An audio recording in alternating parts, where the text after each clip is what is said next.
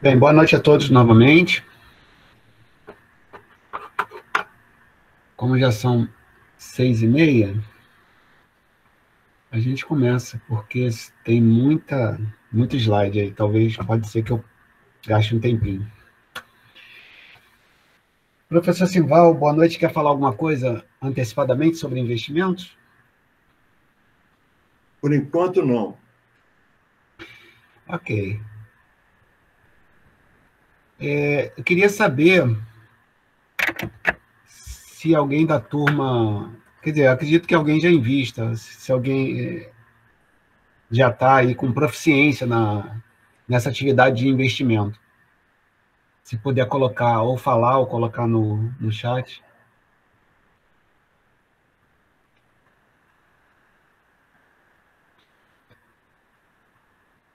Marise sem experiência. Mas aí, Marise, valeu por ter respondido. Você pretende fazer investimento? Beleza. Bom, eu espero que você faça. Tá? A, a ideia, uma das ideias aqui dessa disciplina é tentar convencer ao máximo possível que a galera faça investimentos. Fábio está aportando na bolsa. Boa noite, professor. Opa, fala aí, Fábio. Você conhece o Fábio Holder, Fábio, seu xará? Então, eu ainda não cheguei a ver vídeo dele nem nada, mas já ouvi o senhor comentar na aula. Isso. Faltou um pouco de tempo. Eu devo um dos slides aí, ou dois, não lembro, deve tocar no assunto. Ele é um cara muito respeitado, assim, na minha opinião, é um dos melhores. Eu acho até difícil saber quem seria o melhor. Eu, agora, durante a tarde, eu estava revendo a matéria que eu ia falar agora em finanças pessoais e depois em ética. Eu coloquei aqui um vídeo de 4 horas sobre economia de um modo geral, né? O cara do canal é o Economista Sincero. Vocês devem conhecer também. Pô, sinceramente, papo de alto nível, muito maneiro mesmo. Muito maneiro. E o cara que estava entrevistando ele falou que aprendeu a investir. Opa, falou que aprendeu a investir. Os primeiríssimos passos foram com base em vídeos de YouTube. Foi meu caso também. Acho que é um pouco de cada um de nós, né? Que eu também comecei assim. Confesso que eu fiquei uns 3 meses procurando alguma leitura, vídeo. Comecei a aportar e aí depois acabei abandonando o estudo, mas por falta de tempo que apertou. E aí eu fui aprendendo meio que na prática mesmo. Uhum. Você consegue, Fábio, tirar um dinheiro mensalmente para isso? Quando você fala aportando, eu tenho essa ideia, que você tem um orçamento e você destina lá uma fatia para isso. Então, eu conseguia fazer isso, eu conseguia aportar um percentual do meu salário antes, mas agora não estou mais conseguindo, porque eu mudei de emprego, e aí meu salário agora diminuiu consideravelmente. E aí agora estou tendo que me desdobrar ali para fechar o mês dentro do orçamento. Bem-vindo ao time, eu também estou assim. Ai, é isso aí, Fábio. O professor Sival levantou a mão. Isso. Eu quero só lembrar a todos que a vida é muito curta. A gente tem um momento curto da vida, que aparentemente é longo, né? De que a gente é produtivo o tempo todo. A gente não é produtivo o tempo todo, isso é um negócio que tem que ser introjetado e muito bem introjetado. O período que a gente tem para poupar e investir é curto, porque numa determinada idade, que não é longa, a gente está ou descartado do mercado ou está descartado pela saúde. Então, o período que deve se, que é recomendável poupar e investir, tem que começar aos 15 anos de idade. Quem não começou aos 15 já está atrasado. E isso aí é uma questão também de ajustar o parâmetro. Está ganhando menos? Então, procura fazer uma reengenharia na sua vida para poder se adequar à nova receita, mas não esquecer de que mensalmente há que se poupar. Isso aí. Com o que aconteceu comigo, o que deve ter acontecido com todo mundo, né?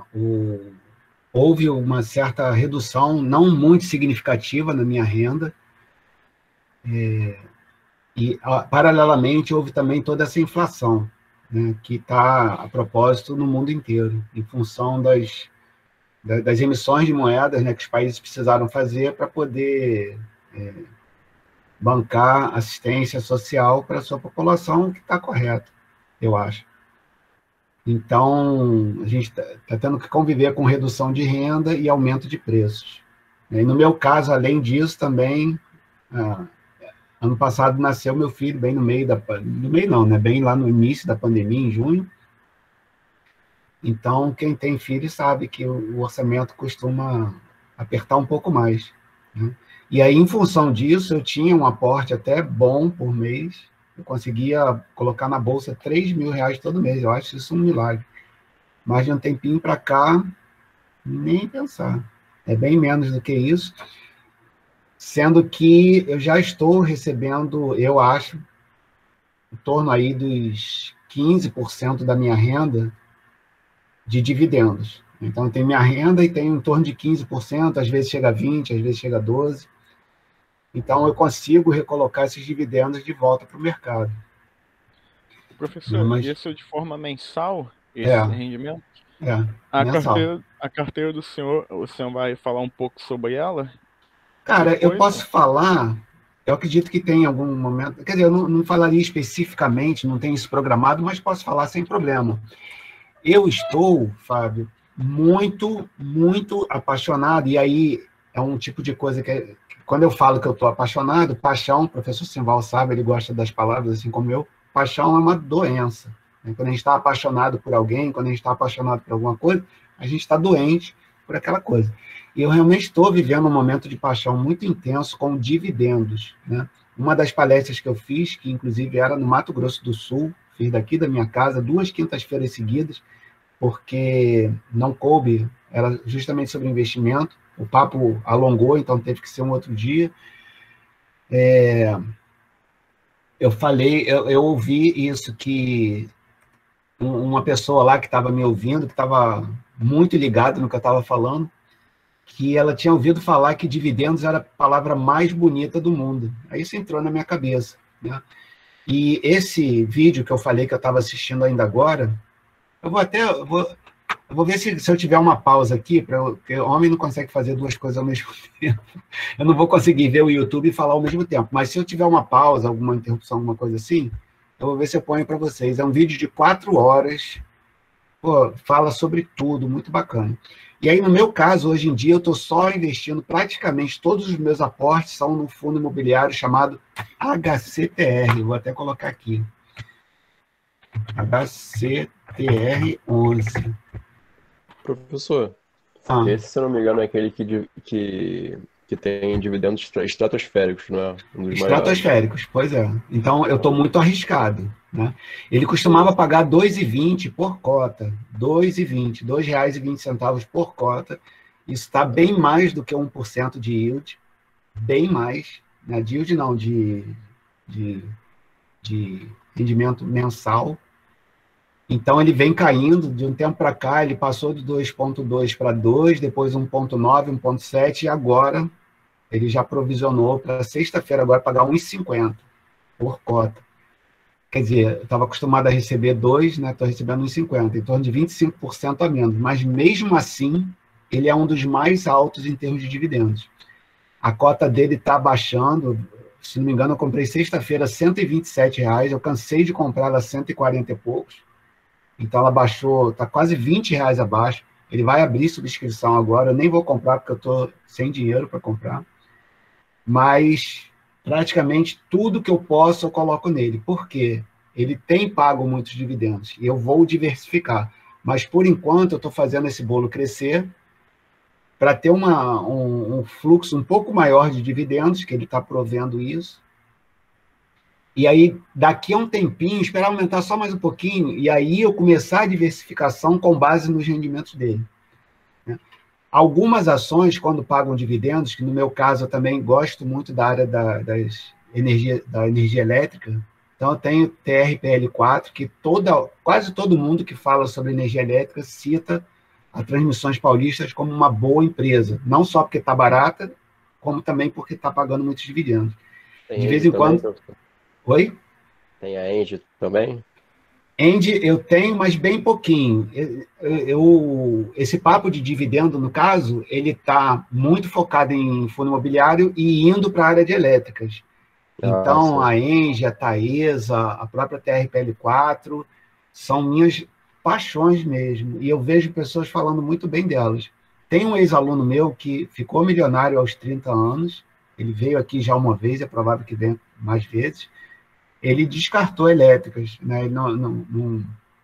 Ele não gosta muito, né? Mas, no caso dele, se não me engano, ele pensa muito em crescimento do valor, em que a gente chama de precificação, ou o aumento, né? Você compra por, sei lá, uma ação por 30 para esperar que ela chegue a 150, 200 reais. Então, ele tem muita informação nesse sentido e ele não gosta muito de dividendos, que tem uma galera, inclusive o Fábio Faria, esse que é o Fábio Holder, de quem eu falei no início da minha conversa, ele é um pouco contra empresas que pagam dividendos, tá? E aí ele até falou no vídeo dele, galera, eu não estou doido, não. É porque, assim, no raciocínio dele e de muitas pessoas, o próprio Warren Buffett tem esse pensamento. Quando a empresa ela paga dividendos, ela deixa de usar esse dinheiro que ela está entregando para aplicar no seu negócio. E então esse é o caso das empresas, por exemplo, de energia que não tem para onde crescer. Então, o que ela ia ficar? Ela ia encher de dinheiro, encher de dinheiro, encher de dinheiro? Não dá. Então ela distribui, né? As elétricas às vezes têm dificuldade para crescer, para instalar mais linhas, para instalar mais geração ou distribuição, alguma coisa assim.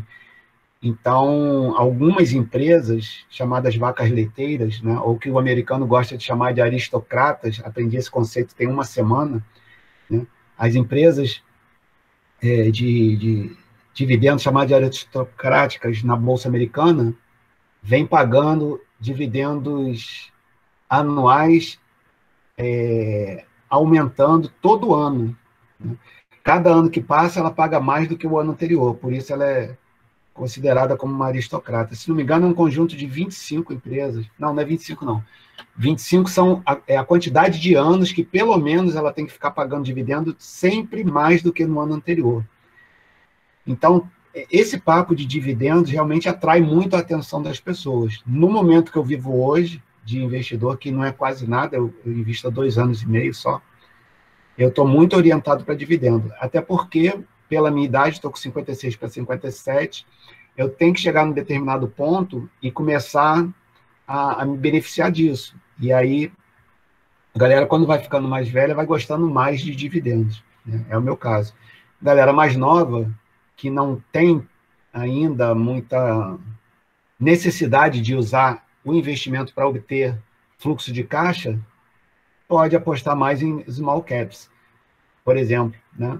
E esse tipo de estudo eu vou começar a fazer também. Só que a minha vida está muito atabalhoada, né? Acho que vocês sabem, eu sou conselheiro lá do conselho, ocupo hoje uma vice-presidência até o final do ano, então eu não tenho muito tempo para me dedicar, digamos assim. Eu acredito que a partir do ano que vem, se a minha vida continuar mais ou menos do jeito que está, eu vou estudar mais empresas de investimento também, né? Mas é isso. Basicamente, o que eu tenho é esse fundo, HCTR, abrir mão de um fundo, vou colocar aqui, chamado TIGAR. Tem alguns que falam TEGAR, eu não gosto, eu prefiro falar o Temudo. TIGAR 11. Esse HCTR, ele é lá do Ceará, e o TIGAR é de Goiânia, né, de Goiás. Ambos são de desenvolvimento. Ambos têm um yield alto, né? O TIGAR, por exemplo, está pagando 0,8% ao mês, com uma certa frequência. O HCTR está pagando um pouco mais, se não me engano, ele ainda está acima de 1% ao mês. Isso é uma loucura. Você comparar isso com poupança, né, comum, que está 0,1 qualquer coisa, quando você fala de 1% ao mês, você está falando de um rendimento quase que equivalente a 10 vezes da poupança. Então, isso está atraindo muito a minha atenção. Tá? Basicamente isso. Tenho ainda algumas ações que eu estou, aos poucos, me desfazendo e indo para as elétricas.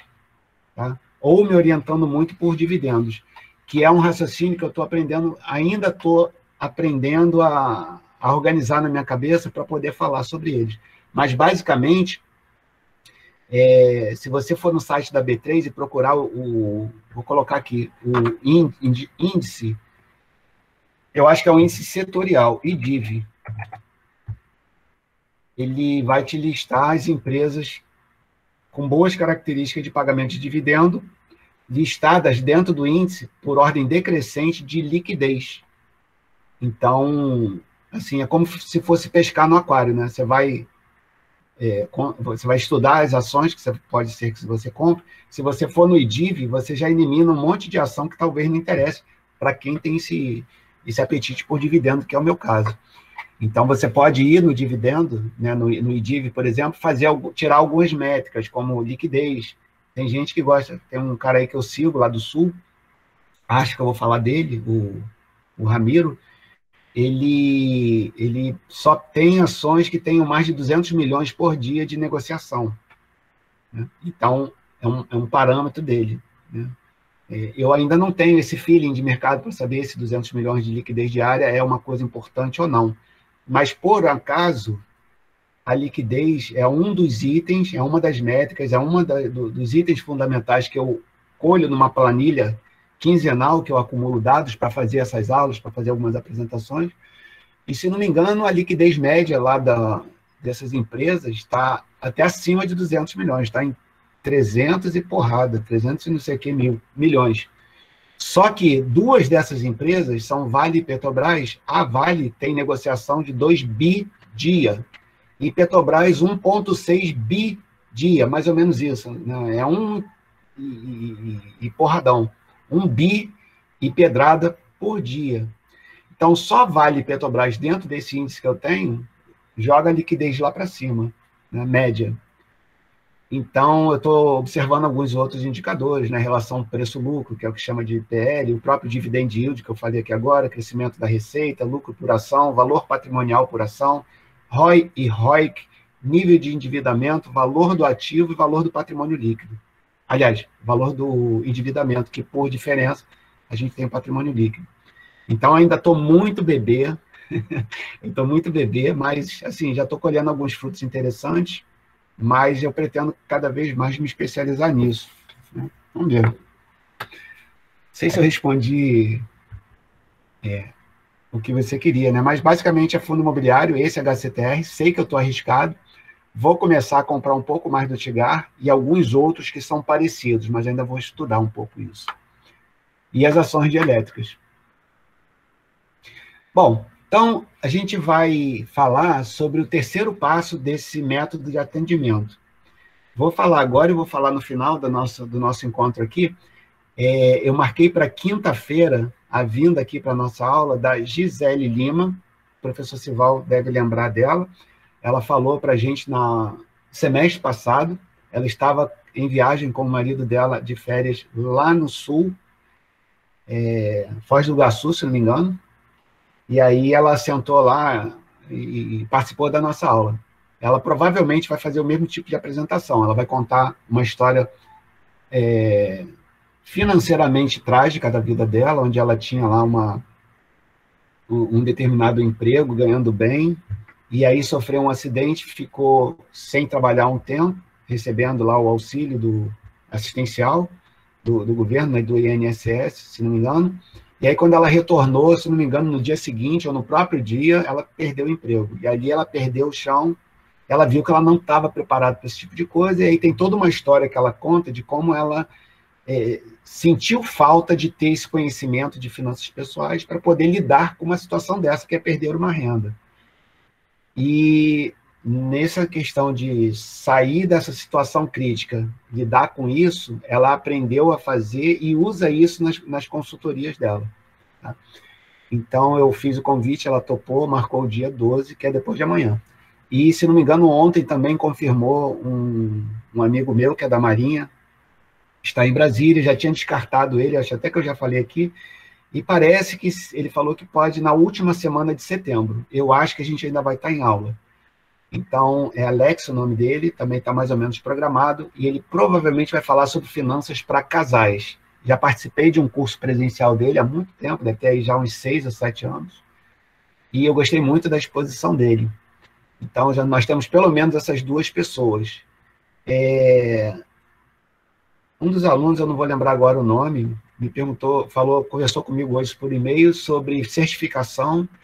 Então, tem uma outra menina também, a Isabela, a professora Sival deve lembrar, ela já veio 2 ou 3 vezes, ela gosta de vir, e ela tem lá uma preferência dela por fundos, por previdência privada, que ambos, fundos e previdência privada, tanto eu como o professor Sival, a gente não gosta muito, mas sim, tem algumas vantagens, e é interessante a gente chamar pessoas que têm um ponto de vista diferente do nosso, até para que a gente aprenda a lidar com essas diferenças, que é o meu caso, né? Eu prefiro ser assim. E ela é uma pessoa agradabilíssima, ela fala muito bem, ela tem uma certificação importante no mercado, então vou tentar convidá-la. É isso, vamos lá.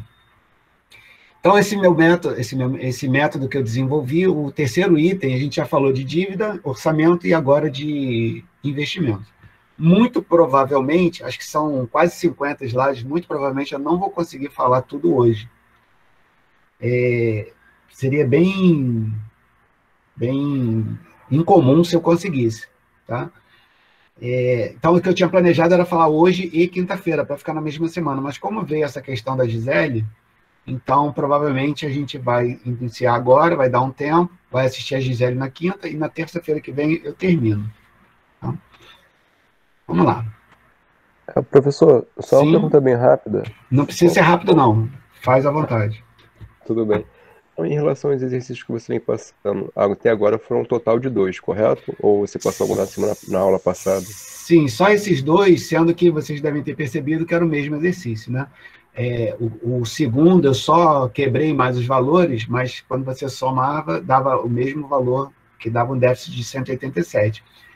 E, na verdade, seria mais o segundo exercício. Mas quem fez o primeiro e estava certo, conta também. Tá? Mas, basicamente, é isso. Mas pode se preparar que esse já é o terceiro de 4 coisas que eu vou falar. Quando eu terminar, eu vou começar a passar bastante tarefa. Então, pode ter certeza que vai ter um monte de coisas para a gente fazer aí. Tá? Mas eu preciso primeiro terminar a exposição. Beleza? Mas foram só esses 2 mesmo. O primeiro que contou meio sem contar, né? Aí quem fez estava certo, eu considerei. E o segundo, que eu vi, inclusive, que teve muita... A galera acertou mais. Aliás, eu ia falar sobre isso também. Assim, pelo que eu vi, uma galera não entendeu bem o que era para fazer. Tem até uma chance, obviamente, de eu ter falado alguma coisa nesse sentido, que realmente eu não lembro, mas achei que eu tinha deixado claro que era tinha um exercício que eu mostrava aqui na apresentação, que, inclusive, se você fosse lá no vídeo que fica no YouTube, você ia ver a resposta. Então, não tinha por que errar esse exercício. Né? Mas, por exemplo, se é uma decisão sua copiar o exercício para informar que está certo, não tem problema. Para mim, não tem problema, mas é uma oportunidade que você teria perdido para ter a dificuldade, que aquele exercício tinha um certo nível de dificuldade, para aprender a fazer o fluxo de caixa. Né? E aí houve assim, uma divergência da galera que enviou, e ela foi menor no segundo lote. Né? Eu acredito, pessoal, que é só para a gente ter uma ideia. Tá? Pode ter acontecido isso, não estou falando nada, não. E, por exemplo, não participei da aula, também não fui ver lá o vídeo. O que foi pedido? Faz o fluxo de caixa. Quando o primeiro, ou o segundo, ou o terceiro falou isso, foi tipo aquela experiência que a gente faz na escola, né, do telefone sem fio, a gente coloca um círculo, você fala uma coisa aqui, aquela mensagem, quando chega no último aqui, ela vem bem diferente.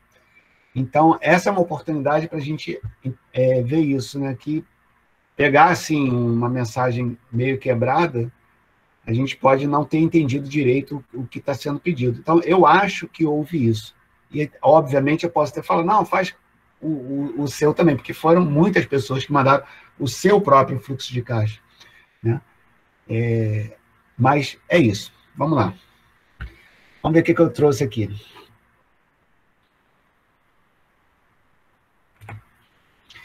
Então, nós temos esse método, é um método que eu inventei, ele não tem nada de científico por enquanto, ele é só um método que eu criei, né?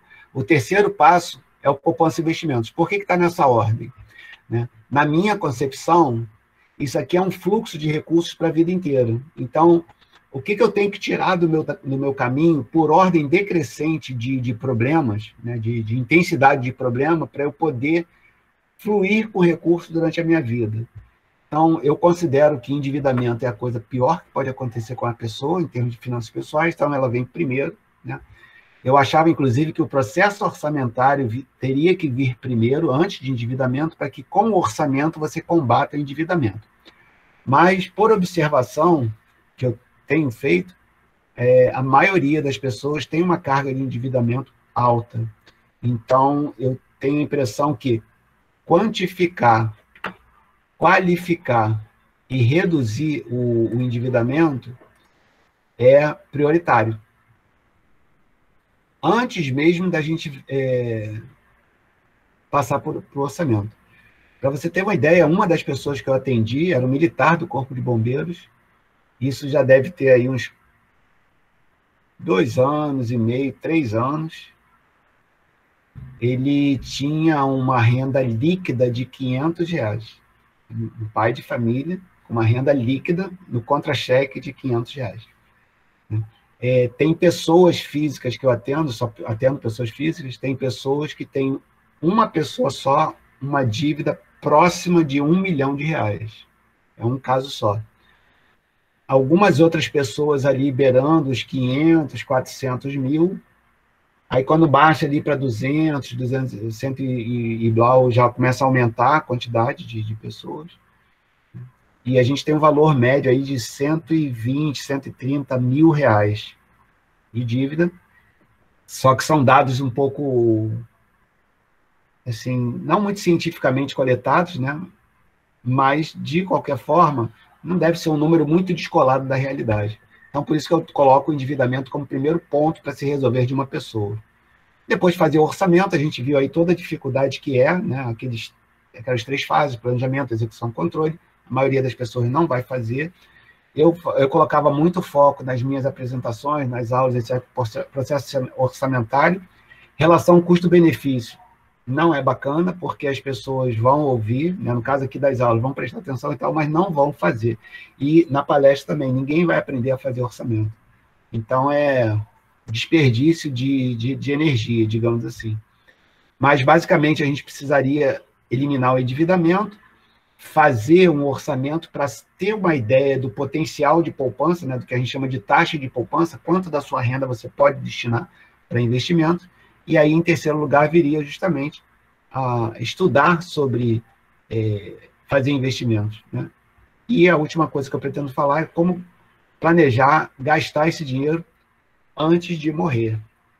Então, eu entendo que seriam os 4 passos mínimos, né? Obviamente, você vê, não falo sobre tributação aqui, que eu acho que é uma coisa que deveria falar, né? Mas eu procurei uma quantidade mínima de coisas para poder falar para a maioria das pessoas e concluir isso, que eram dívidas, orçamento, investimento e fruição.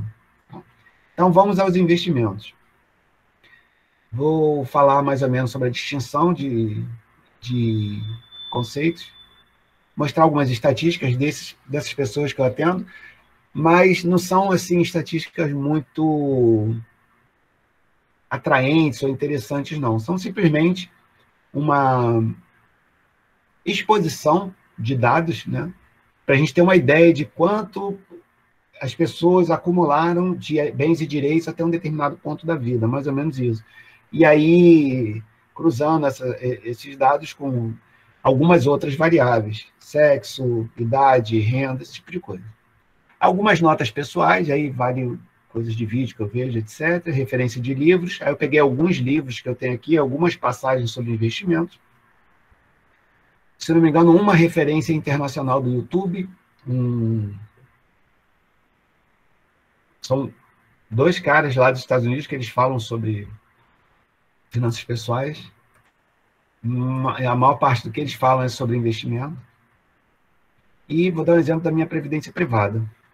Só que na revisão não lembro de ter visto a previdência privada, porque esse slide aqui é o mesmo da aula passada, do período passado. Então, pode ser que não esteja aqui nessa a previdência privada.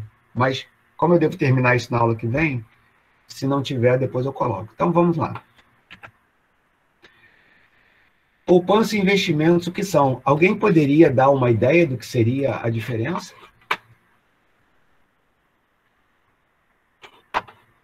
Ou seriam sinônimos? Eu posso tentar explicar, professor. Manda ver aí.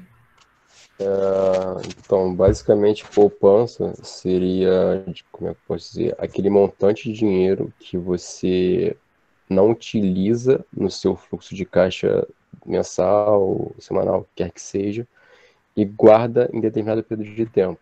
Da poupança é que você vai utilizar uma parcela para investimentos ou até mesmo a poupança por inteira. Esses investimentos geralmente são feitos em aplicações, seja de produtos financeiros ou concessão de crédito e coisas do gênero, dentro do mercado financeiro, mercado de capitais. Uhum. Poupança é basicamente um montante, investimento é a compra, digamos assim, de um produto financeiro, nesse sentido. Beleza, Felipe.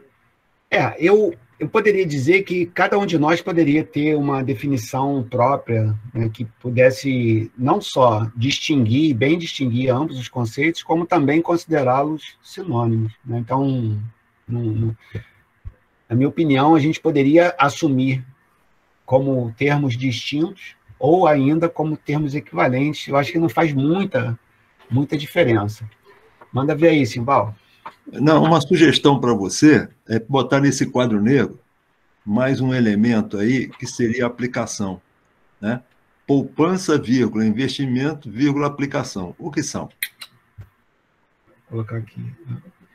Professor, eu estou embaraçado agora que eu não saberia falar sobre isso. Tem alguma... Assim, não saberia o seguinte, porque para mim eu não vejo muita diferença, mas gostaria de ouvir. Pode falar sobre isso? Não, é que os termos são os termos corriqueiros, né? As pessoas usam esse termo no cotidiano, tá? Uhum. Eu usava indistintamente o aplicação e o investimento, tá? O professor Érico, de economia, ele defende que investimento é algo de grande vulto, tá?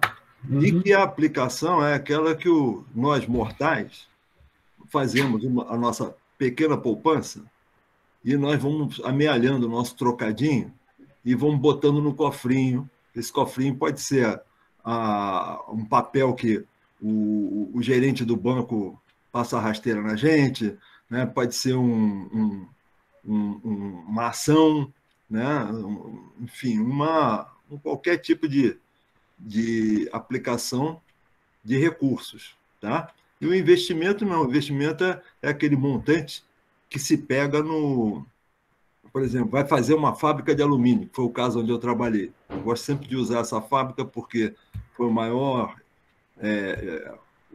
o empreendimento de maior porte onde eu trabalhei. Precisava juntar ali 4 bilhões de dólares. Então, para você juntar 4 bilhões de dólares é um investimento, vai fazer um investimento numa fábrica de alumínio. Aí exige um tremendo, grande estudo, né, que não é um estudo onisciente, mas é um grande estudo sobre a taxa de retorno sobre o capital investido, tá? Então, você vai pegar 4 bi, botar lá dentro de um negócio e vai ter um retorno. E quanto tempo vai levar esse retorno do capital vendendo alumínio para o Japão, tá? Então, isso aí é o conceito que o professor Érico, de economia, ele, de vez em quando, assisto uma aula dele, né? E vejo ele argumentando, tá? Então, só para ter o elemento nesse quadro negro que você faz, que é extremamente didático, para ter mais um elemento que que é usado no dia a dia, né? E que as pessoas, às vezes, ficam embaraçadas com isso. Ok. Eu, assim, numa abordagem mais simples, mais superficial, eu não vejo, assim, tanta diferença, mas, nesse caso, as aplicações que a gente estava falando ainda agora, tirar o dinheiro do orçamento, aquela coisa, né, que vai fazer pingada ao longo da vida, então seriam aplicações de investimento, por exemplo, pessoa, assim, vindo para a pessoa física, né, juntou todo o dinheiro para comprar uma casa, tipo 450 mil, né, e pum, aí fez o investimento na sua casa, sei lá.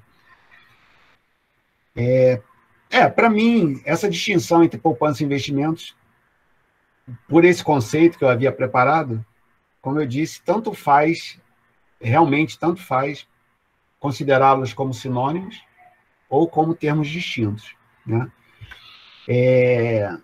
Considerando como termos distintos, normalmente, poupança ela está relacionada... Aliás, eu não lembro quem foi que falou, acho que foi o Felipe, não estou lembrado, né?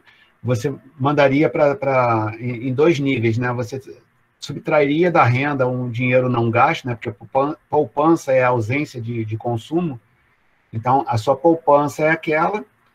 E, dependendo se você vai colocar no curto ou no longo prazo, você manteria ali ou investiria, digamos assim, né? Tem pessoas Exato. também que classificam como poupança o que está somando e investimentos o que está multiplicando, né? Porque os investimentos, normalmente, no longo prazo, eu tenho visto muito isso ultimamente, quer dizer, a gente, quando estuda um pouco mais, a gente presta atenção em mais detalhes, né? Na fórmula dos juros compostos, o T ele é exponencial. Então, o tempo ele é assim o que mais vai fazer você aumentar o seu valor futuro. Então, o investimento está muito relacionado a isso, a longo prazo, né? A você deixar o dinheiro lá, etc. Bom, então, a minha abordagem, em princípio, ela vê separação, tá? Mas, basicamente, poupança é ausência de consumo. Então, se você colocar renda menos os seus gastos, igual poupança. Então, poupar é deixar de consumir. E outra coisa também, algumas abordagens que eu vi, é a mania que a gente tem. Eu não tenho muito, desde o início eu não gostei muito dessa classificação que se faz, né? Então, eu sou um vendedor de curso, por exemplo. E aí eu coloco lá numa tabela de preços, aí coloco curso de finanças pessoais, investimento R$ 500. Eu acho isso uma besteira muito grande, né? Aquilo não é um investimento, isso é para você fazer uma jogada marqueteira, digamos assim, para você achar que aquilo dali é uma coisa que vai mudar a sua vida, então vamos chamar de investimento. Outra coisa é falar, educação não é custo, não é despesa, é investimento. Eu acho isso uma bobagem absurda, né? Investimento é PV, valor aplicado, né, ou investido, tempo com ação de juros igual a FV. Isso é investimento, tá? Mas isso é uma visão minha, tá? Quiser continuar chamando o curso de investimento, tudo bem. De falar que isso não é despesa, é investimento, tudo bem também. É só uma visão minha, tá? Ai, caramba, estou errando aqui, vamos lá. Então, até começando por essa imagem que está aí, né? Poupança aqui mostrando para um lado e investimento para o outro. Então, eu sou já tendencioso, né? Eu estou fazendo uma exposição destacando a diferença, a meu ver, entre um e outro. Então, a gente vê aqui que a poupança, né, o saving, é uma coisa que a gente pode ver de curto prazo, um valor menor, né? Se a gente comparar os dois valores, em princípio, o investimento vai caminhar aqui para o infinito, né? E, então, os valores são diferentes, os propósitos são diferentes, etc. Mas a gente pode chamar tudo de poupança e tudo de investimento também. Então, há realmente alguma diferença entre poupança e investimento? Tecnicamente, sim. E aí é que a gente, assim, uma das coisas que eu costumo falar na aula de finanças pessoais da UFRJ é: eu sou um professor universitário de uma boa instituição, assim como o professor Simval, e nós estamos falando com um público seleto que estuda finanças. Então, o nosso papo aqui provavelmente teria que ser o mais técnico possível, né? Inclusive, dentro dessa técnica toda, entender quem não está afim de falar sobre isso. E aí, se você tem ideias, algumas pessoas me falam isso pelos e-mails, se você tem ideia de falar sobre isso para outras pessoas, então você não pode ser tão técnico assim, dependendo das pessoas que vão te ouvir. Sábado retrasado, eu fiz aqui no meu prédio uma coisa que eu queria fazer já há muito tempo. Eu reuni as pessoas sábado à noite para falar de finanças pessoais. Queria falar 2 horas, acabei falando 4 horas. Foi impressionante.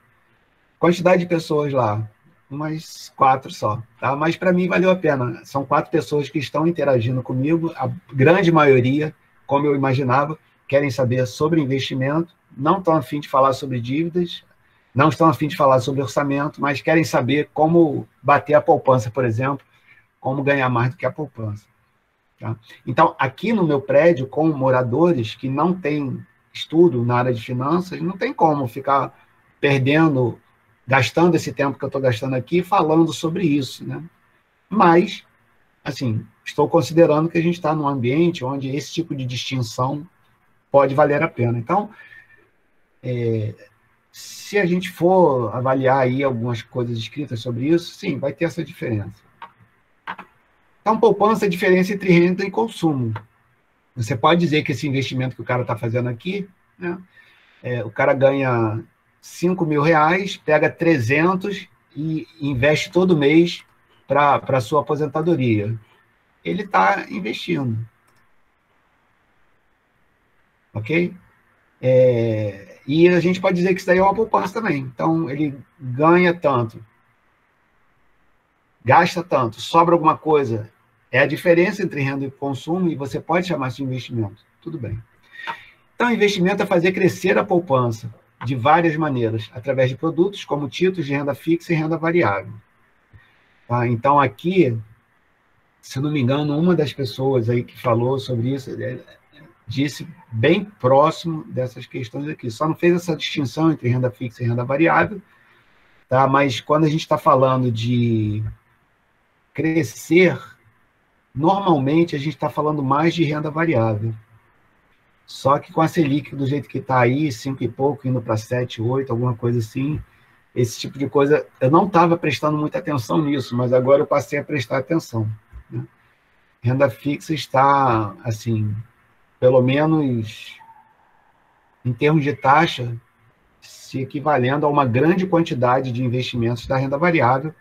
Por exemplo, o retorno médio de ações na Bolsa é em torno de 3%, 4%, né, ao ano, em termos de dividendos, tá?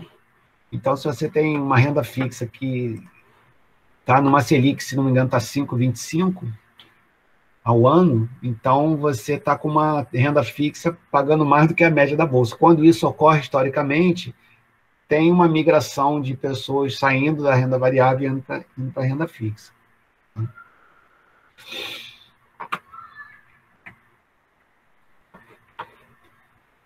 Isso aqui é uma foto de um vídeo que eu achei na internet que fala sobre o conceito de autofinanciamento. Então, ele explica lá nessa questão do autofinanciamento, quer dizer, a minha exposição aqui não é sobre esse autofinanciamento, né, mas sobre o raciocínio que ele usou, que está aqui nesse desenho. Então, ele simbolizou aqui uma torneira que regula o fluxo de caixa para o presente ou o futuro. E essa torneira aqui que eu estou circulando, que está num desenho maior aqui à direita. Então, essa torneira, ou regulador, ele administra o fluxo de renda que está aqui à esquerda, né? Então, você tem aqui algumas fontes de renda, que poderia ser, obviamente, só uma.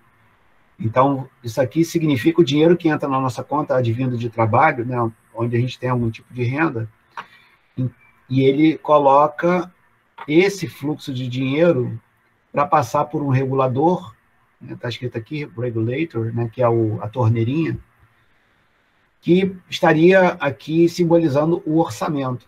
Então, você vai jogar, é o que eu mostrei no exercício, né? Você vai pegar a renda da pessoa e vai distribuir entre algumas categorias, só que, de uma forma geral, o que você não gasta no seu estilo de vida, né? E aí esse regulador é justamente, está aqui, ó, lifestyle, o que ele deixa passar é o seu estilo de vida, o que você vai usar no presente. E isso aqui é intencional, ele joga o fluxo de renda aqui indo para fora desse sistema.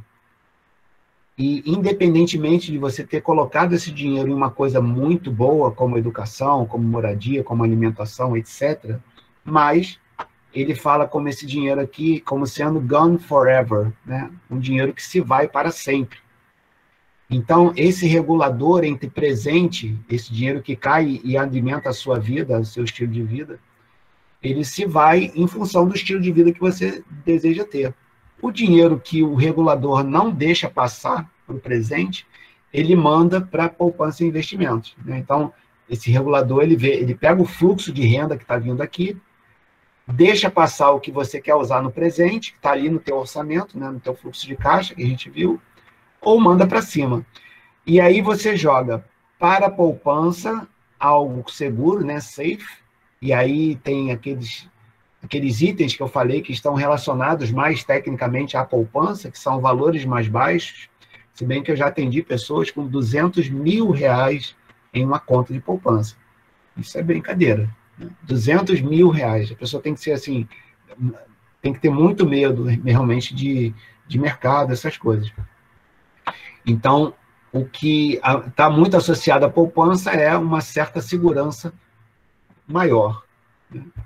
Ou, aqui em cima você repara que tem um outro regulador, uma outra torneira, né, que vai diferenciar o que você vai mandar para segurança, para poupança, ou para investimento, onde você tem algum tipo de risco. Esse vídeo que eu falei que eu assisti hoje, que dura 4 horas, ele falou sobre isso. São duas coisas que eu queria muito, do fundo do meu coração, que entrasse na cabeça de vocês. Pode esquecer tudo que eu estou falando aqui, mas esses dois conceitos são muito importantes. O tempo que eu falei, que é a variável exponencial, então eu queria muito, quando eu estivesse lá com meus 80 anos de vida, bem gagá mesmo, bem mais do que eu já estou, alguém entrasse em contato comigo e falasse, pô, professor, fiz aquela parada toda, pô, enriqueci, valeu, olha só que barato, não sei o quê. Realmente isso vai me dar uma alegria muito grande. Então, vocês têm muito, muito tempo pela frente. Então, é quase que mandatório, né? Teria que ter tem alguns lugares que a educação financeira é mandatória, né? Isso realmente é muito importante, essa consciência de que isso daqui, provavelmente, se você não sabe isso até agora, não vai ser aqui com essas exposições, você vai aprender a investir em bolsa, não. Mas talvez seja interessante você dar o primeiro passo, dar as suas primeiras quedas ali, por isso que é interessante começar a investir pouco, isso é possível, eu já falei, com 20 reais você consegue investir tanto em fundos imobiliários como em ações juntas, né? Com 20 reais você compra ações e fundos imobiliários. Então, você começa a entender o fluxo dos dividendos na conta, né? DataCom, DataX, essas coisinhas que são mais relacionadas à pessoa que está praticamente toda semana ou várias vezes no mercado durante o dia, durante o mês. Então, tempo. E a outra variável, que aí sim depende de você dar os segundo, terceiro, quarto, quinto passos, né? Que é com base nessas exposições que a gente costuma fazer aqui. Se você ainda não tinha atentado para isso, porque eu tenho certeza alguns já atentaram, isso é falado pelos e-mails, em alguns e-mails que eu recebo, já fazem investimentos, já, pelas respostas que eu tenho quando eu investigo um pouco mais, eu vejo que a pessoa já tem um portfólio, já sabe o que é risco, já sabe onde investir, né? A outra variável é conhecimento. Então, como você tem esse presente, né, de ter o tempo, e eu diria que isso é uma certa bênção na sua vida, você ter ainda na sua formação universitária alguém para te encher o saco, para ir para esse lado, né? Porque nós somos da área de finanças, investir não pode ser uma coisa mais difícil para você do que é para a maioria das pessoas. Então, você tem tempo e tem que correr atrás do conhecimento, né? Então, aí é aqui que vai estar onde você vai multiplicar mais, né? Você saber, como a gente estava conversando aqui ainda agora, qual é o fundo que você investe. Aí eu falei, ó, é o fundo tal, mas eu sei que ele é muito arriscado, então eu sei dos meus riscos, porque eu estou investindo em fundo imobiliário só nele, né? Eu deveria estar com uma carteira mais diversificada, não estou, porque eu estou assumindo esse risco de subir um pouco essa posição para depois de um determinado ponto começar a diversificação. Então, saber mais ou menos sobre o que a gente está falando, quando a gente fala sobre risco, sobre fundo imobiliário, sobre ações, sobre dividendos, sobre crescimento, ações que não pagam dividendos, etc., ações descontadas, esse tipo de coisa. Então, você precisava realmente, ao mesmo tempo, aprender como apertar os botões lá, né? Abrir uma conta numa corretora e saber como mandar dinheiro para lá e pensar assim, eu quero comprar uma ação da Petrobras, como é que eu vou fazer? Eu vou fazer isso, isso e isso. Então, esse já é um conhecimento que você vai levar algumas semanas para entender, não é uma coisa muito simples, né? E outra coisa, legal, Petrobras, mas e Vale, e CSN, e não sei o quê, e Embraer, e Banco, e Bradesco, e Itaú, e tal, né? E por que isso, por que aquilo, quantos por cento aqui, quantos por cento ali? Aí você precisa realmente estudar. Bom, então, a ideia aqui, né? Isso daqui é um regulador importante. O que você vai gastar na sua vida hoje, né? A camisa que você vai usar, o relógio que você vai comprar. Tem um livro, ele não está aqui agora, não. O Milionário Mora ao Lado. Deixa eu colocar aqui. Estou me enrolando aqui. O Milionário Mora ao Lado. Não lembro dos autores, não. Mas é um livro bem conhecido. É um livro de 2 professores de psicologia americanos que eles estudaram o estilo de vida dos americanos, dos milionários, né? E eles descobriram um monte de coisa interessante. Por exemplo, idade média para um americano se atingir patrimônio líquido de 1 milhão para ser chamado de milionário, né? E aí eu vou fazer uma pergunta, mas não precisa responder, só pensa, eu acho que eu vou saber a resposta que você vai dar. Qual a idade média de um americano atingir o padrão de milionário, né? Eu apostaria que a maioria de vocês está pensando algo em torno dos 30 anos de idade, 35, tá? É o que eu ouço quando eu interajo ao vivo. A idade média de um americano se tornar milionário é que eu estou agora, 55, 56, 57. Aí você já fica assim, nossa, é muito tempo, tá? Pois é muito tempo. Então, atingir o status de milionário é um trabalho que ele desenvolveu ao longo de vários anos, fazendo isso aqui. E aí o livro demonstra a importância do orçamento. Aí tem alguns perfis lá, né? Sobre religião, sobre estado civil, por exemplo. A maioria está apenas em um casamento. A maioria mora fora dos centros, não gasta muito dinheiro com morar dentro da cidade. A maioria quase nunca compra um carro zero, né? Porque a perda de valor do carro zero é absurda. Então, eles já entenderam como é que esse tipo de coisa funciona. A maioria não compra carro zero, né? Não gasta muito dinheiro com relógios caros, com sapatos italianos, esse tipo de coisa. E aí ele ficou espantado, porque ele achou que os milionários eram pessoas assim com um estilo de vida altíssimo. E não ter um estilo de vida altíssimo foi que os tornou milionários, né? Então, a grande maioria dos milionários levou muito tempo para chegar lá. Administrou bem o seu estilo de vida ao longo do tempo. E aí o orçamento é uma peça fundamental. Por isso que isso está muito na minha cabeça, e era por isso que eu fazia muitas palestras sobre orçamento, basicamente. A nossa aula aqui era muito sobre orçamento. Eu mudei um pouco, porque ninguém estava prestando atenção e ninguém estava aprendendo também. De repente, com investimentos, a coisa muda um pouco. Então, regular a renda que você vai ter ao longo da vida para o presente ou para o futuro é o que vai fazer muita diferença para você, tá? E aí, essa renda que você joga para investimento aqui, e aí, de novo, aquelas 2 variáveis que o cara falou aqui no vídeo, esse de 4 horas. Tempo você tem, pronto, isso aí já está pacificado. Perguntem para mim, para o professor Simval, se a gente não queria estar no lugar de vocês. Isso é óbvio, né? Não precisava nem falar. Mas tempo é uma coisa maravilhosa. Em 15, 20 anos... Alguém falou? né? Em 15, 20 anos, você muda completamente a sua história. Ser milionário, isso é praticamente certo. Não quero nem saber quanto você ganha agora. É praticamente certo que você atinja aí R$ 1 milhão de patrimônio líquido. Praticamente certo. Okay? Então, tempo você tem. Agora você tem que entender essa diferença aqui, né, de como fazer o seu colchão de segurança, que é a poupança, seu fundo de emergência, e como obter do mercado, né, taxas aí próximas a 1%, 1,2%, 1,5% por mês. Né? Isso aí vai dar aí algo em torno de 15%, 20% ao ano, né? Entre 10 e 15 ali você de repente já consegue com uma certa prática e melhorando tudo isso, você já começa a passar dos 15 para os 20%.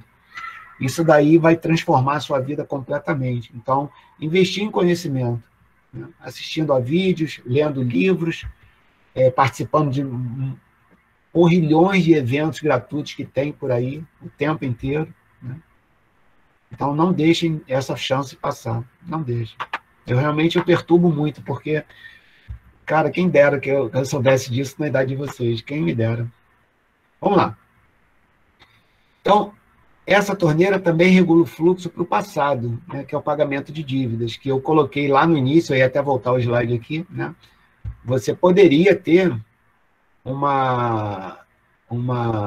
eu estou vendo aqui que eu ia colocar um fluxo para baixo que ele tem, mas são as perdas, né? Que tinha muita vontade de quantificar a perda. Queria que alguém fizesse uma monografia nisso. Quanto que a gente perde na nossa casa de dinheiro com luz acesa, com carro desregulado, se bem que não tem mais regulagem de motor, né, professor, com injeção hidráulica, mas injeção... não, como é que é? Tem regulagem, sim. Ah, tem, então. Então, tem mais consumo, se não tiver regulado, né? Isso. Então, se a gente somar essas perdazinhas, isso dá um valor grande. Eu pedia para as pessoas estimarem isso em palestras, ouvia coisas absurdas, já porque a gente realmente não tem ideia, né? Ah, quanto vocês acham que uma pessoa mediana perde por mês da sua renda? Ah, 25%. Eu falei, cara, se fosse isso, seria um caos. Não tem como a gente raciocinar que perde 25% por mês da nossa renda, né? A gente deve ter uma perda aí próximo de 1%, 2% da nossa renda, quando muito, né? Um caso ou outro, 3%, 4%, 5%, eventualmente. Mas seria muito interessante, porque só você identificar e mitigar essas perdas e mandar isso para investimento, só isso daí já seria uma coisa interessante.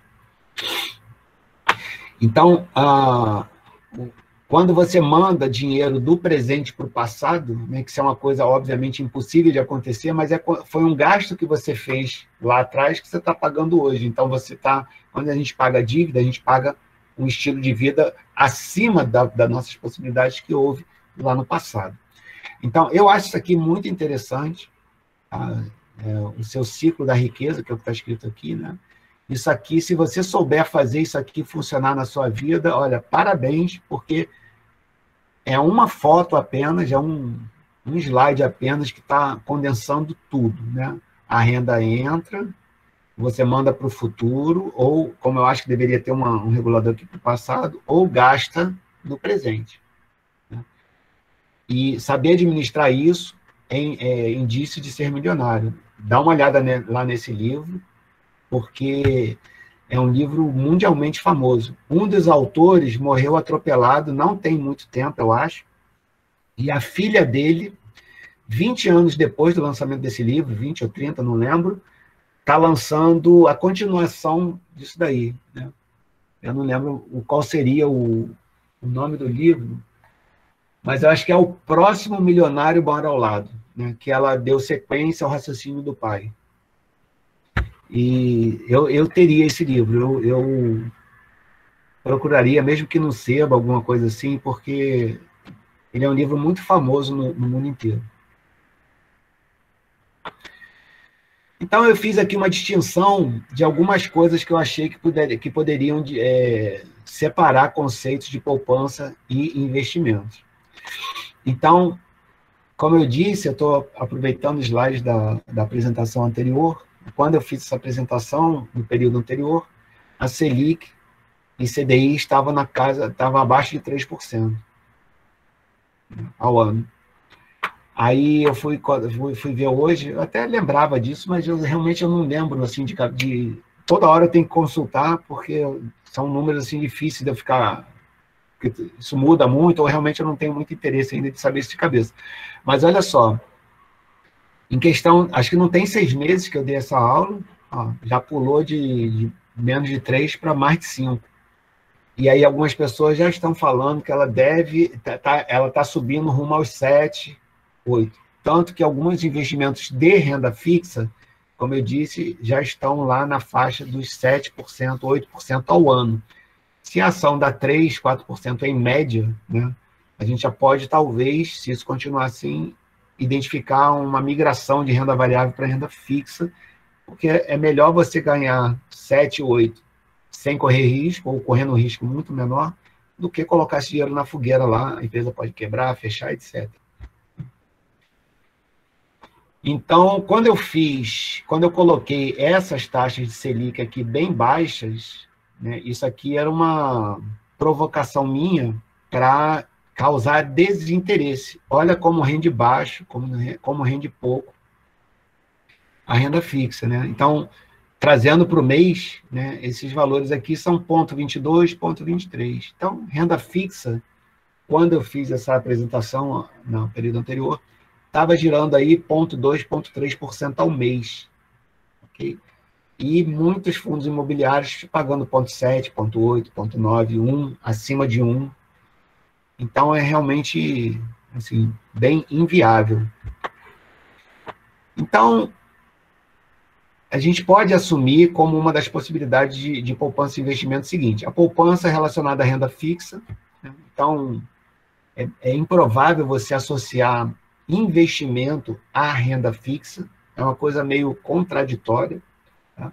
Porque renda fixa, ela, na grande maioria das vezes, ela é mais ou menos desenhada para acompanhar a inflação.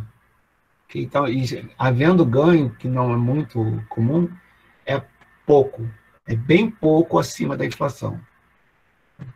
Então, alguns exemplos: CDB, toda sorte de CDB é uma renda fixa. Tá? CDB, entenda-se, você está emprestando dinheiro para alguém que tem mais conhecimento do mercado, sobre o mercado que você, e vai ganhar 5, 6 vezes o que ele está te pagando no mercado, fazendo isso que eu estou tentando explicar aqui.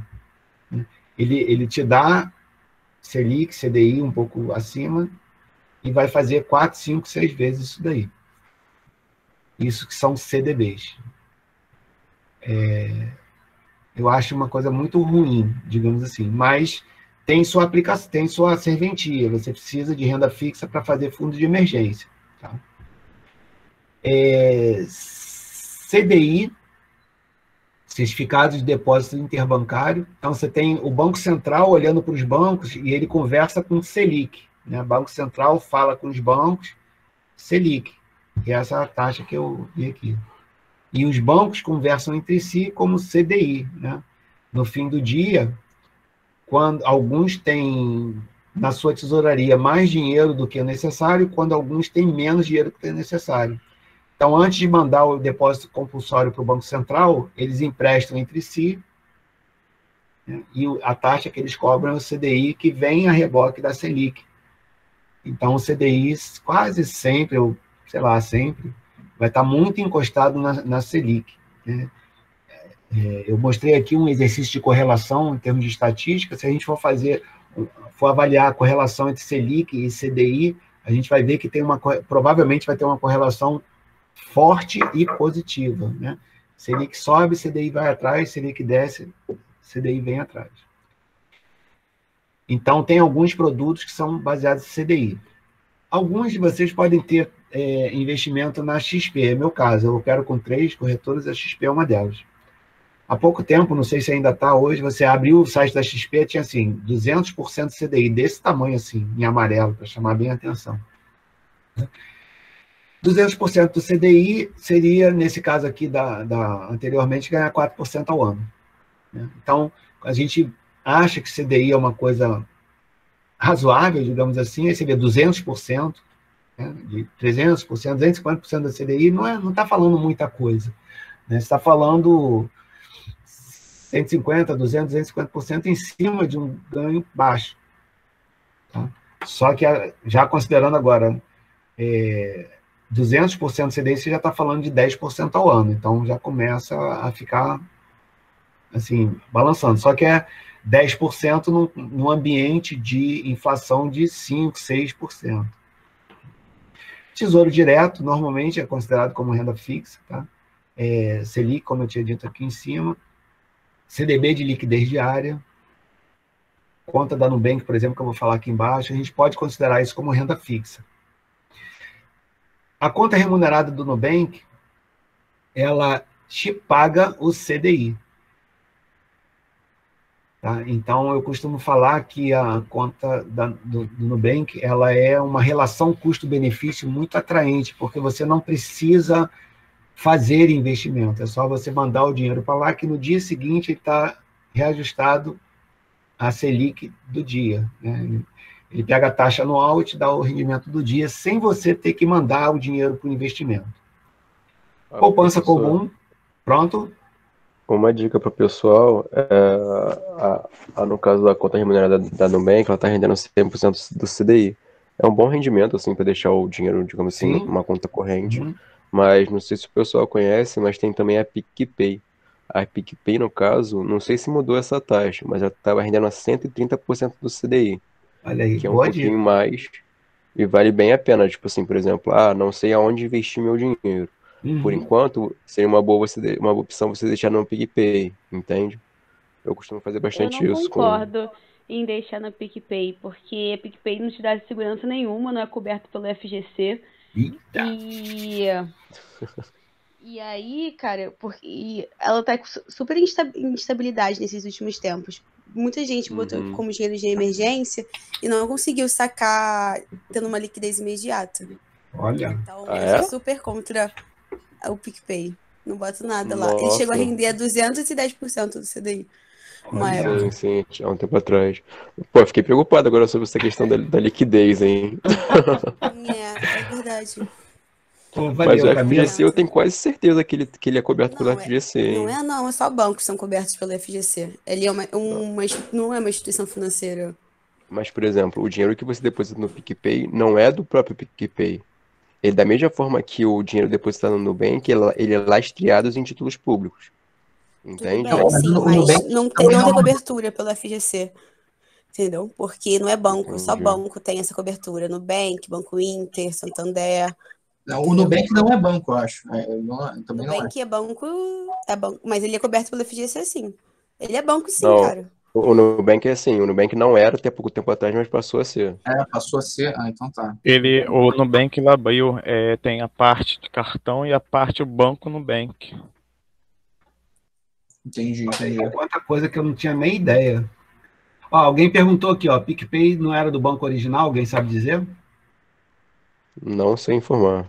Eu também não sei. Não. Bom, de qualquer Fica de forma, olho da liquidez. Vou até Eu pesquisar não sobre isso aqui conferia depois. o meu dinheiro no PicPay mesmo. de Assim, qualquer pode ser que essa forma, questão da liquidez seja só um problema, tipo, por exemplo, operacional do sistema, alguma coisa assim. Acho muito difícil ser de fato da liquidez da Dá uma PicPay, entende? pesquisada no Reclame Aqui. Acho que você Tá, vai dar uma beleza. olhada. Obrigado por avisar, hein?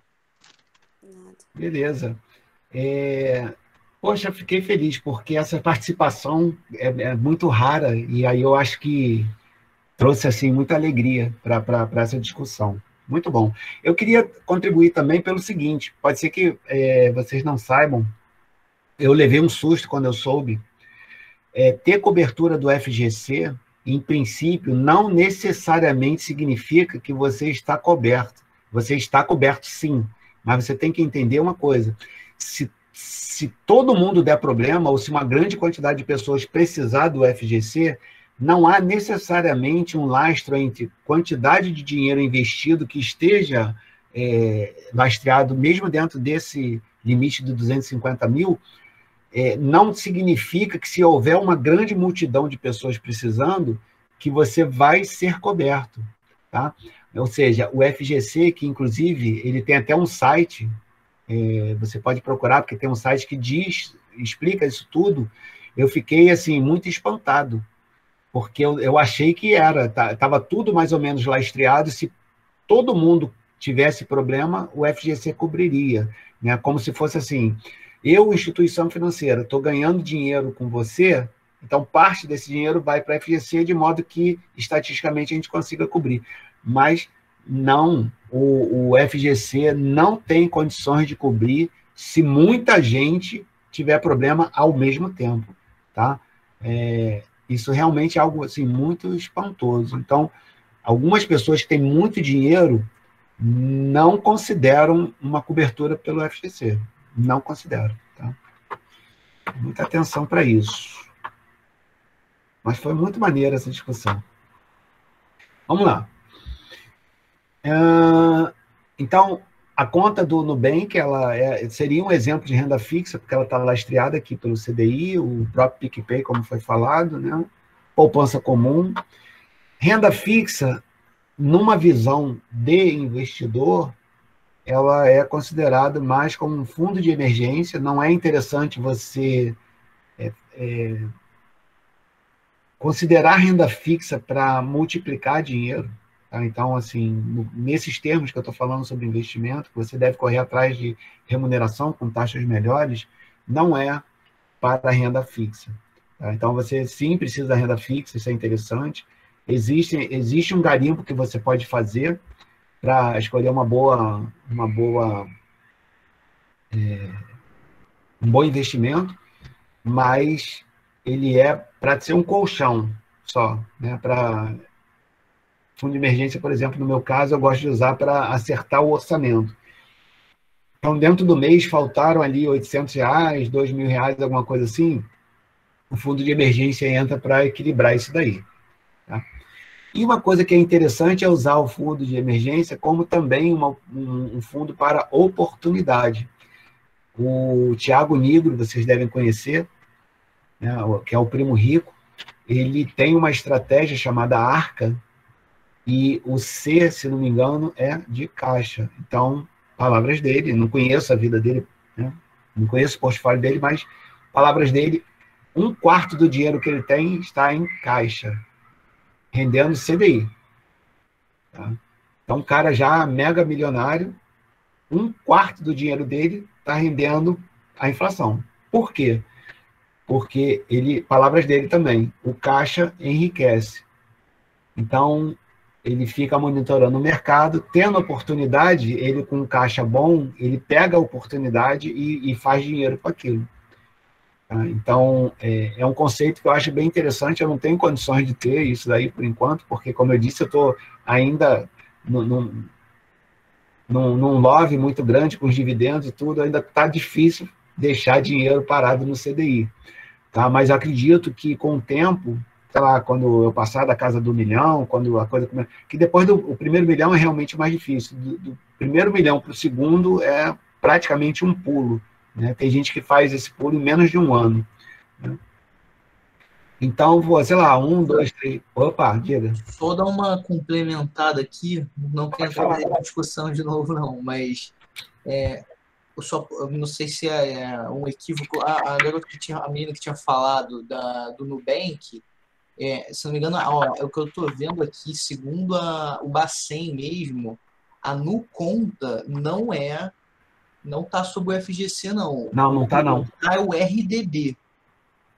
Então, assim, o Nubank, o dinheiro em conta corrente ali, padrão, não está. Ok. Quer dizer, sinceramente, eu nem sei se eu sabia, mas, assim, para mim, o que acontece comigo no caso? Eu pego toda a minha renda, coloco no Nubank, e aí, se houver uma quebra do Nubank, eu sei que o meu risco vai ser a minha renda do mês.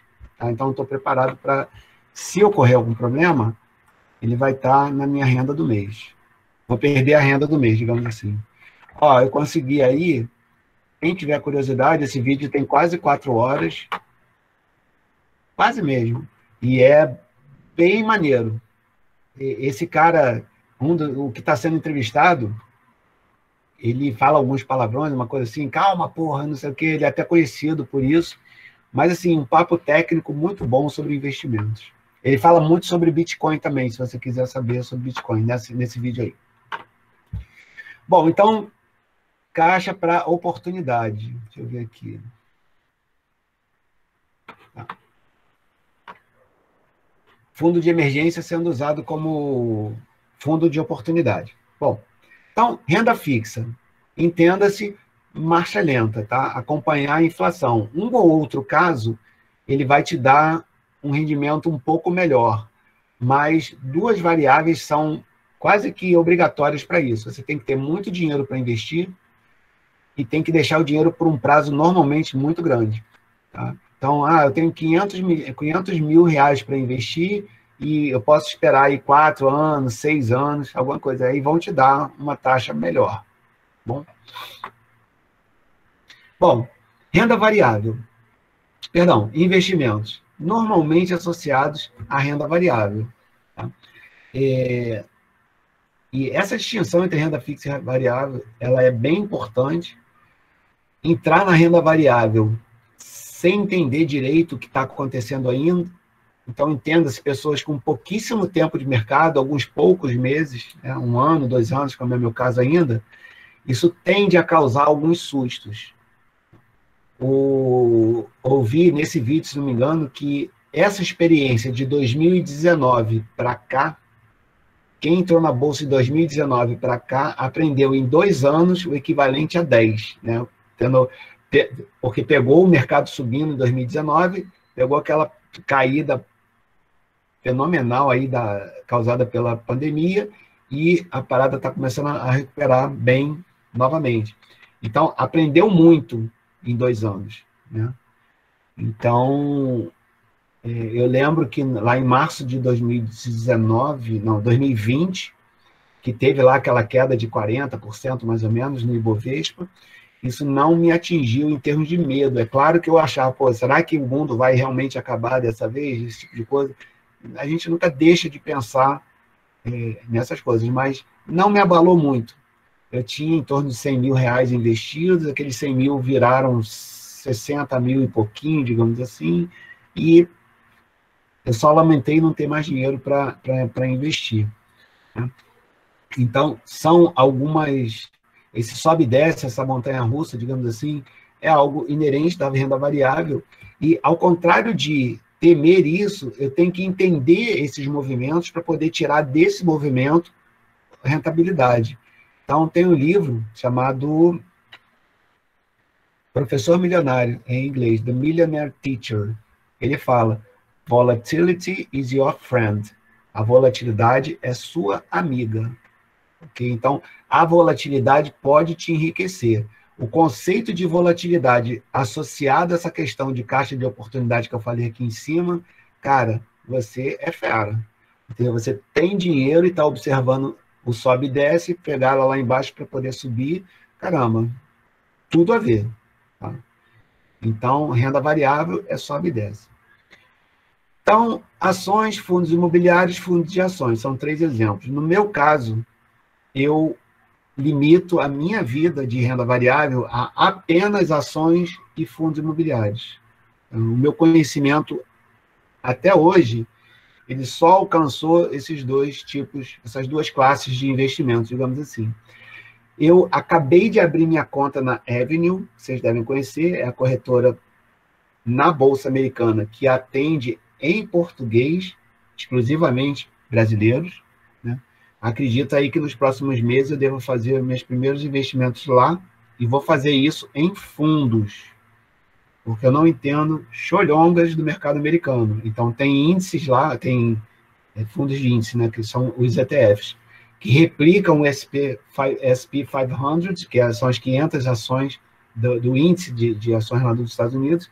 Então, comprando esse fundo, eu estou investindo em todos, e é um fundo que cobra, eu acho que é 0,03% ao ano de taxa, ou seja, muito baixo. Então, né, vai ser minha entrada certamente com esse tipo de coisa, porque eu não sei diferenciar a Apple de Microsoft, de Amazon, né, McDonald's. Outro dia eu estava vendo um vídeo sobre as ações do McDonald's. McDonald's tem franquias em 179 países. Imagina o que é ser acionista de uma empresa que tem franquias em 179 países. É uma coisa assim, absurda. Então, é um mundo ainda, é uma montanha ainda muito alta para eu escalar. Então, eu vou entrar devagarzinho, né? Eu acho que é assim que a gente deve fazer. Então, futuramente eu vou ter aqui também mercado americano, mas fundo de ações, a meu ver, a gente está desperdiçando energia. Tá? Porque quando a gente coloca aqui fundos, eu sei que tem fundo imobiliário aqui, mas eu acho que o fundo imobiliário é realmente uma exceção, e é uma exceção que a maioria dos investidores gosta muito. E a maioria dos investidores realmente corre de fundo de ações. Você não vê um cara bom de investimento comprando fundo de ações. Essa Isabela, se vier falar aqui, que eu falei que eu estou para chamá-la, ela é extremamente defensora de fundos, tá? Tem as razões dela, obviamente. Uma das razões é, óbvio, você está pagando profissionais para investirem para você, mas são profissionais que estão monitorando o mercado o tempo inteiro. Então, é bem provável que eles vão descobrir situações onde você vai ter uma possibilidade muito grande de lucro. Então, sem dúvida alguma, deve ter fundos de ações muito bons. Mas eu prefiro evitar. E quando eu coloco fundo aqui, certamente eu estou pagando para alguém fazer o que eu deveria fazer. Eu penso dessa maneira. Tá? Investimentos são associados à aposentadoria, então você pode planejar com baixíssima margem de erro, você se aposentar aí com 40 e poucos anos de idade, entenda-se, aposentar, você ter uma independência, né, de mercado de trabalho, você não precisa trabalhar para sobreviver, você pode trabalhar para sim, ocupar sua mente, fazer trabalho voluntário, para algum tipo de projeto de que você goste muito. Tá? Normalmente são associados a projetos de longo prazo. Então, tem aqui a minha ideia de distinção entre poupança e investimentos associados à ideia de renda fixa e renda variável. Alguns autores não consideram investimentos ouro, obra de arte, imóveis, Bitcoin, etc. Tá? Bitcoin, inclusive, tem um racha aí muito grande, porque tem muita gente, tem muitos desses investidores que são youtubers hoje, que fazem esses vídeos, que pegaram essa escalada vertiginosa aí de Bitcoin nos últimos anos. Enriqueceram muito com o Bitcoin. Tá? Mas muita gente que eu considero boa, assim, bem fundamentada em conceitos, em teoria de um modo geral, assim, essas pessoas, a maioria, elas não curtem Bitcoin. Tá? E é o meu caso também. Como eu não entendo bem e realmente não tenho o menor interesse, então eu deixo para lá. Entretanto, tem aí um ETF que replica o Bitcoin. Na época que eu fiz essa apresentação, não tinha, eu esqueci de colocar. É o QBTC, se não me engano. Se não me engano, vou arriscar, tá falando besteira aqui. Mas eu acho que é esse aqui, ó. QBTC11. Ele é um ETF que replica o Bitcoin. E ele tem um valor muito próximo dos R$10. Então, assim, eu vou comprar esse ETF para ter na minha carteira uma cota de algo relacionado a Bitcoin para eu acompanhar. Né? Então, quem sabe, daqui a um tempo... Opa, desculpa, professor. Não tem problema. Então, um ETF também bem bacana sobre criptomoedas, que no caso esse que você disse, ele é só para Bitcoin, se não me engano, né? Sim, mas esse tem também um chamado Hash11, que é HASH, que é uma, por exemplo, caso você queira investir em criptomoedas, você não precisa necessariamente investir só em Bitcoin. Exatamente. Você pode diversificar e esse Hash11 acompanha o índice das criptomoedas, é bem bacana. Uma boa opção aí. Esse Hash11 ele tem uma boa parte de Bitcoin, tem uma segunda boa parte de Ethereum, se não me engano, e aí depois do Ethereum ele ramifica mais. Mas é interessante também para acompanhar. Como assim, eu tenho uma certa curiosidade exclusiva com o Bitcoin, eu devo comprar ele uma cota só porque como eu faço avaliação de 15 em 15 dias para fazer alguns gráficos e poder falar alguma coisa nas aulas, nas palestras, etc., Aí eu vou ver se eu coloco esse QBTC, porque dá para eu comparar, né? Assim, mesmo que tenha alguma defasagem, porque são índices que podem não estar refletindo muito bem as variações, mas dá uma certa aproximação. Tá, então, alguns desses autores não consideram. Ah, sim, o ouro também tem o seu ETF, tá? Chama-se Gold, de ouro em inglês, Gold 11, que também está na faixa dos R$10. Isso. Já estamos nos aproximando das 8 horas. Estou nem no quinto ainda da apresentação. Vamos lá. Bom, os títulos de renda variável têm como características.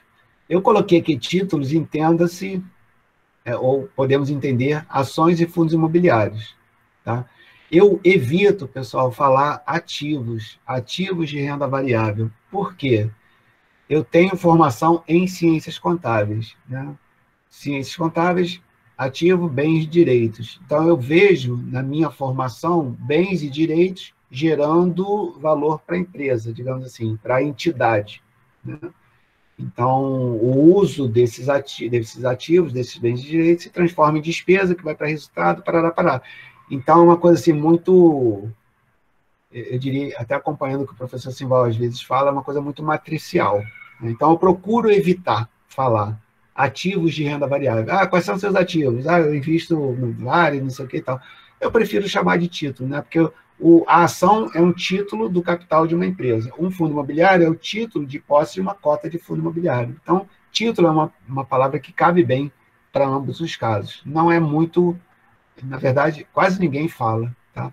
Mas um ou outro eu já vi falando. Então, títulos de renda variável têm como características apreciação e proventos. Então, para você ganhar dinheiro com ações e fundos imobiliários, esses dois fenômenos vão acontecer para você. Tá? Você vai ter o fenômeno chamado apreciação, que pouca gente usa essa palavra, usa mais valorização. Comprei por 10 e vendi por 18. Eu até falei, acho que falei aqui, eu comprei uma ação da Taurus por 3 e vendi por 20 e poucos, 21, sei lá. Então, esse fenômeno da apreciação, ele atuou nessa ação da Taurus, nesse 1 ano e pouco que eu fiquei com a ação. Né? Quem faz isso são duas forças, basicamente. Né? A própria empresa, através da sua gestão. Então, uma empresa que gere bem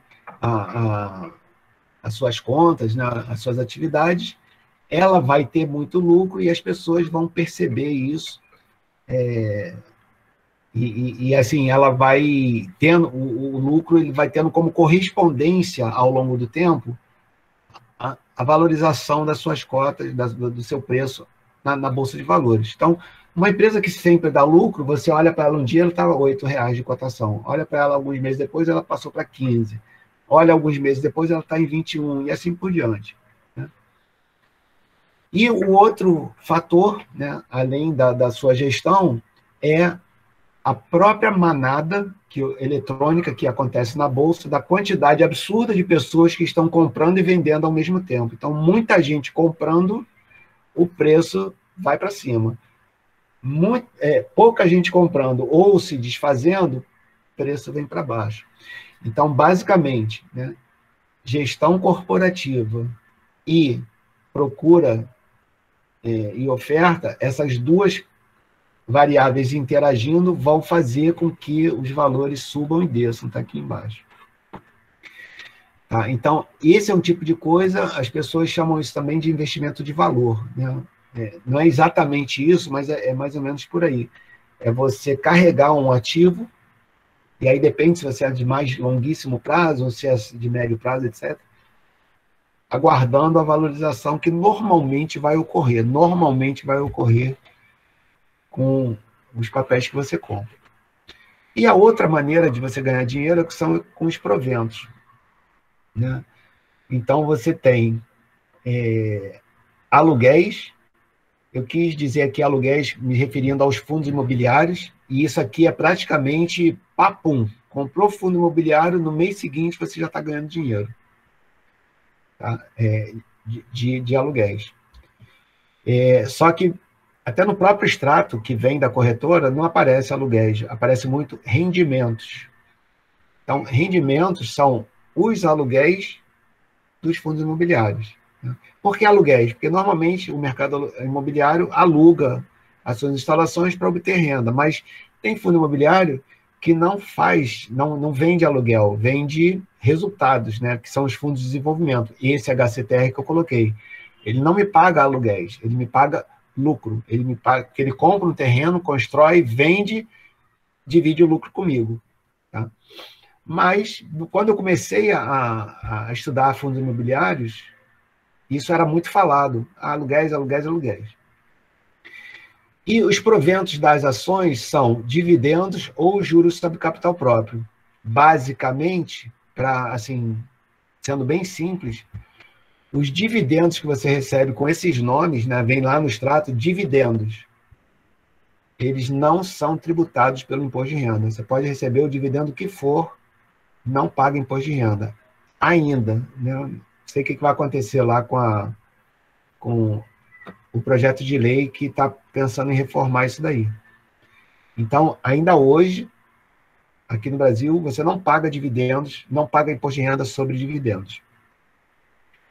Já o juros sobre capital próprio é uma maneira de a empresa considerar o dinheiro que você comprou, a participação que você tem no capital, como um empréstimo. E aí, desse jeito, ela empurra o imposto de renda para você. Ela deixa de pagar o imposto de renda dentro da demonstração de resultado dela, consequentemente, ela despeja na sua conta um dinheiro, um provento, que tem ali dentro a sua parcela de imposto de renda.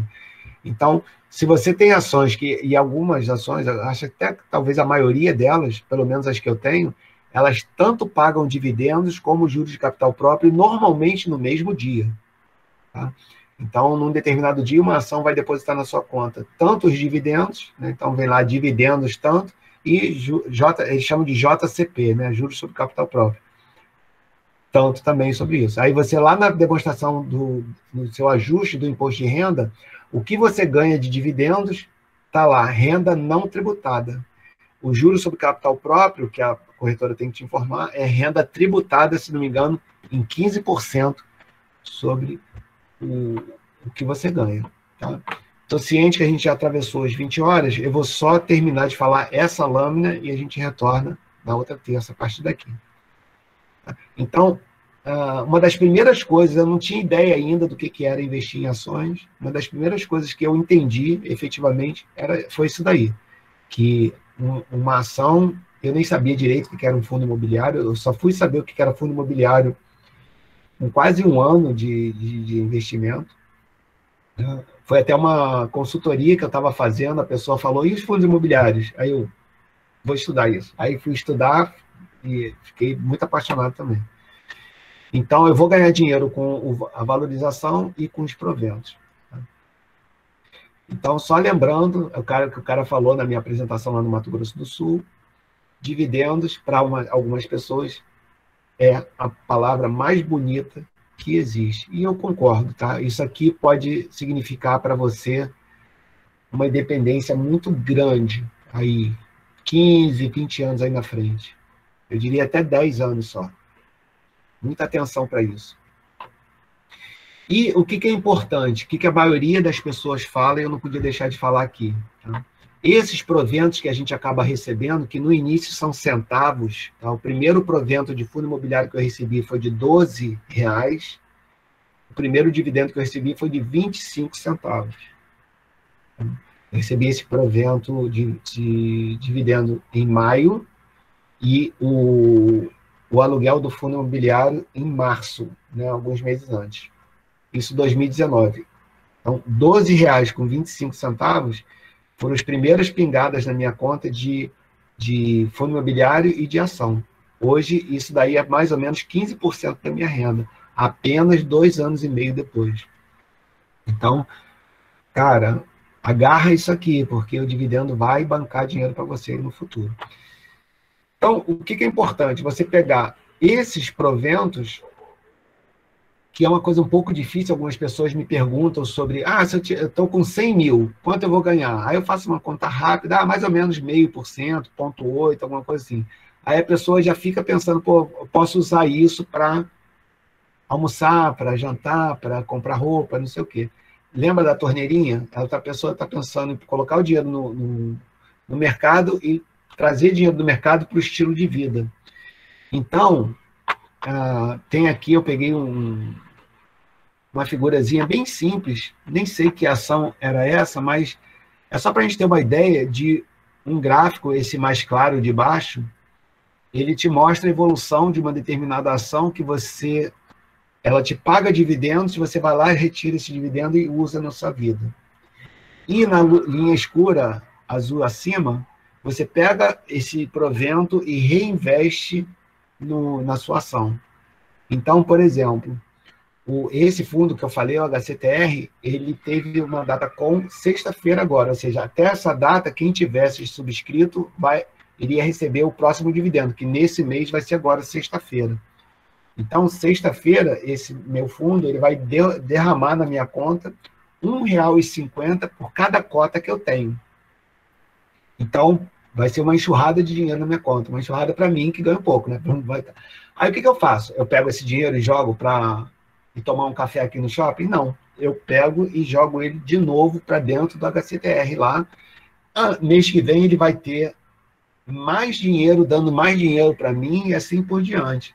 Então, muita gente está associando isso, né, ao efeito dos juros compostos. Eu discordo um pouco, porque o efeito dos juros compostos ele é muito próprio para o cálculo do planejamento, quer dizer, você usar a matemática financeira para projetar o que você quer. Agora, isso para mim chama-se capitalização, quer dizer, o dinheiro, o efeito dele ganhar riqueza ao longo do tempo, ele para mim tem mais o efeito de capitalização ou de apreciação, como está falando aqui, do que de juros compostos em si. Mas acaba sendo também, porque é um juro que vem do investimento que gera mais juros. Então, esse efeito de juros sobre juros, que efetivamente são os juros compostos, ele é usado aí, mas eu gosto mais de falar de valorização. Então, no início, como eu falei, você vai receber reais, poucos reais, se você está começando agora, né? Ou poucos centavos. E aí, como é que você vai reinvestir poucos centavos? Né? Então, qual era o raciocínio que eu usava? Esse fundo imobiliário que me pagou R$25, R$12 na primeira vez, a cota desse fundo era R$120, digamos assim. Aí eu raciocinava que para comprar esse 120 eu já tinha 15. Então, eu comprava 120 com 115, 105. Entendeu? Eu mandava 105 para lá e comprava 120. Então, já era um esforço menor de comprar algo que valia mais, digamos assim.